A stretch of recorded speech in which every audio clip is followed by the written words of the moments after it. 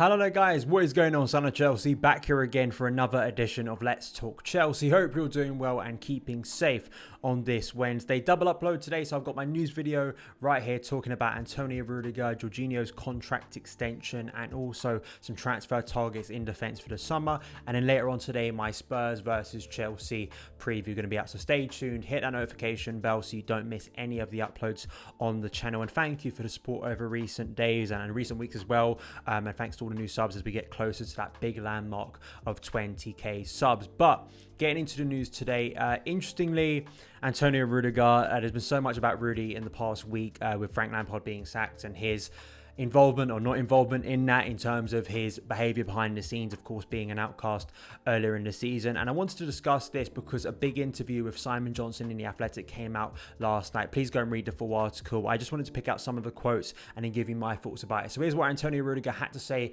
in that interview, mainly about Frank Lampard sacking and all the rumours about him recently. There have been so many nonsense rumours around me since last week. I've never talked to the board about the situation of the coach or any other topics. Frank Lampard trusted in my abilities after Christmas in a very difficult situation, and I was thankful for this. It was also the main reason why I told my representatives not to look for a possible win to move anymore. Unfortunately, it was not meant to be for our team to turn things around for the coach. We always wanted the best for the manager and for the club, and then he addressed the potential spats he's had with Cesar Azpilicueta, club captain, in recent months. Here's what he had to say to that too. There has never been any problem with Azpi. He's my captain, and I'm very thankful that he and also Tammy reacted that quickly after they'd heard the rumours on social media. It looked like people from outside wanted to bother our unity in the squad. Hopefully this negativity will go away very soon and we can continue performances like this in the Burnley game. So a lot of this is in regards to Matt Law. He wrote a piece about sort of the friction behind the scenes, and last week when we were talking about Lampard, you sort of have to piece together all the sources. So like The Athletic, big piece about Frank Lampard's departure, Matt Law wrote a piece and sort of connect the dots in a sense, and a lot of journalists sort of saying similar things, a lot of reliable journalists too. There was a lot of nonsense on social media. Firstly, the abuse of Antonio Rudiger, which is just ridiculous, out of order, shouldn't happen. There's criticism and then there's abuse, and unfortunately, as we've seen recently with footballers and on a daily basis now, it's a sad state of things on social media. But there was also, in relation to Matt Law, a lot of people dismissing Matt Law's reporting. He's one of the best Chelsea reporters, and a lot of people who are dismissing Matt Law last week, calling him, unreliable, are the same people who tout his stories in the summer when he talks about transfers, and we all get excited about that. So I think there was hypocrisy there.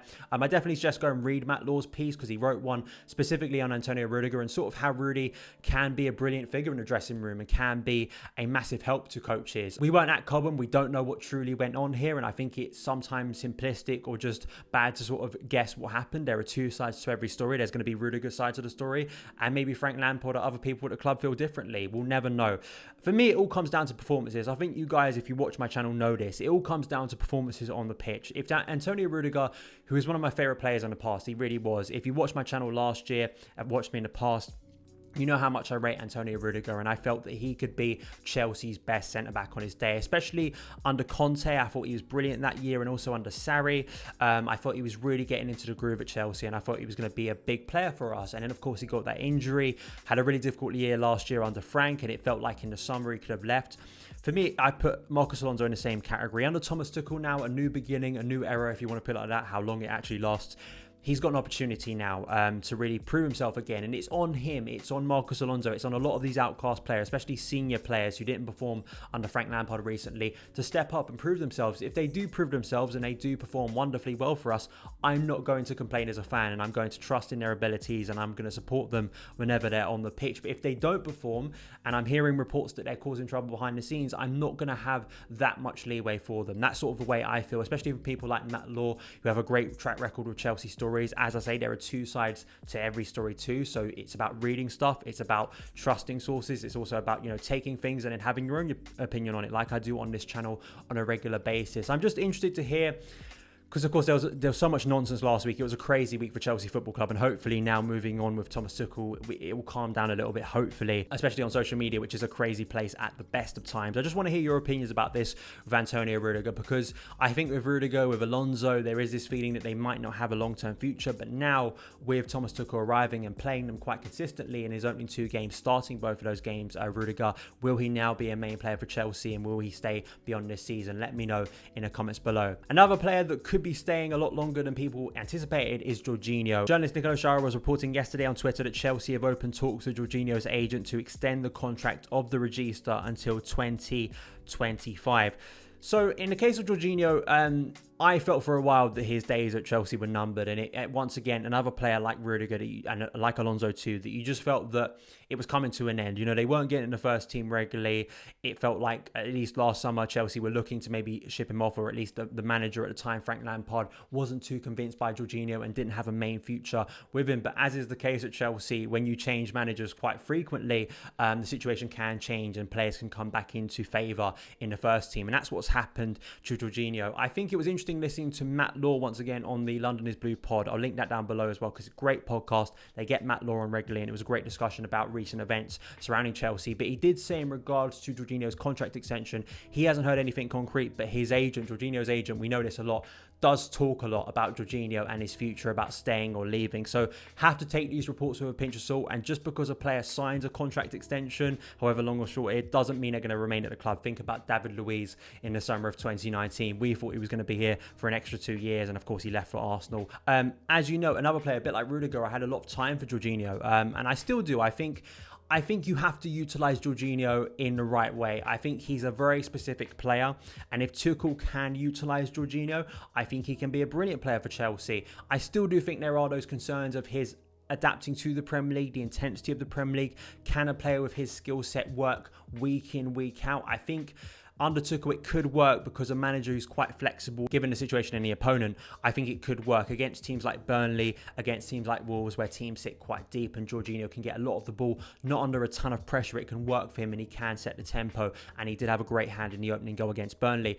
My concern is when we come up against teams who are higher pressing, but you do have N'Golo Kante, you do have Billy Gilmore. You know, Jorginho's got such a unique skill set, and I think you have to sort of build around him. You have to sort of tailor your team to his needs, and I think that with Tuchel now wanting to dominate possession, I think that goes in Jorginho's favour, and also just naturally getting more football.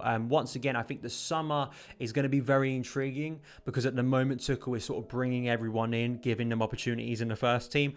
The situation could look a lot different in, say, 4 or 5 months' time, and that's just a given with football. Teams could come in for these players. Tuchel might have got us top 4, and then he's thinking to himself, I want new players in to really fit my system next season. And Jorginho may be a part of that, may not be a part of that. I've always said that I think Chelsea, if they sell Jorginho, will get a decent fee for him. And if he plays more, I think his value is going to go up if he plays well. But we'll have to see how it goes for Jorginho and whether he does get a contract extension and is here a little bit longer. Let me know your opinions on Jorginho and his future at Chelsea in the comments below. And just to finish off as well, Build Christian Falk, a guy who talks a lot about Chelsea, sometimes good, sometimes bad in terms of his sources. You're not quite sure how good his sources are in terms of English football. I think in terms of German football, they are a lot better. And it's no surprise to me we continue to be linked with German players from the Bundesliga. Now, of course, we have a German head coach. And this report from Bild talking about 3 defenders from the Bundesliga that Chelsea apparently are targeting. I've already spoken a bit about Dayot Upamecano from RB Leipzig and David Alaba too from Bayern Munich. But new name has emerged, Nicolas SULE, and there have been contacts already made between the agent of Nicolas SULE and Chelsea. SULE plays for Bayern Munich as well, and of course plays regularly for the Germany national team. Apparently his contract is up in 2022, and a fee of around 30 million euros would be needed to start negotiations. So I wouldn't be too surprised if Chelsea do target a new centre-back in the summer. This was the case under Frank Lampard too. We just had different names, whether that was Jose Jimenez, Declan Rice, of course, was a big name that could have played in that role too.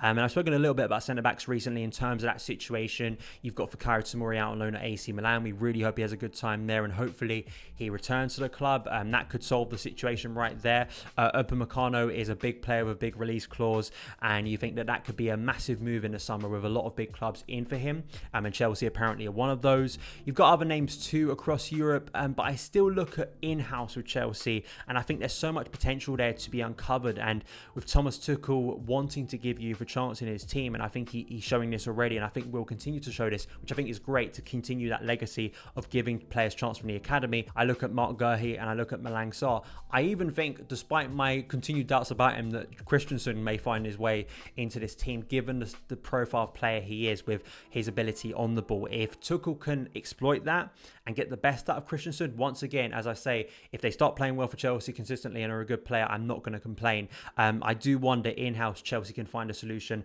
around it. And even someone like Kurt Zuma, I think, has got a big future for us as well and has played so well this season for Chelsea. Thiago Silva, talks of him extending his contract for next year. So you may see Chelsea waiting a little bit longer to sign that big centre-back for the long term if they've got Thiago Silva as well. I think there's a lot of names out there. I think it's a complicated situation, as we know, of Chelsea and transfers now in terms of club signings, the signings they prioritise compared to what the coach actually wants. And we'll have to wait and see in the coming months about reports surrounding Tuchel's actual targets. I think there's a lot of noise at the moment. Very naturally, it's early days with Thomas Tuchel. But we know Chelsea sort of scouting department and transfers, they'll already be looking to the summer. And with all reports about the expectation on Thomas Tuchel next season in terms of challenging for the title, expect Chelsea to spend big this summer. I think you have to understand that, if Tuchel is expected to challenge for the Premier League title, Chelsea are going to invest heavily no matter what we think about the current squad, and I absolutely expect that to happen. And one of those targets could be a big centre-back in, say, Upamecano or SULE from Bayern Munich. Let me know your opinions on these targets and these rumours in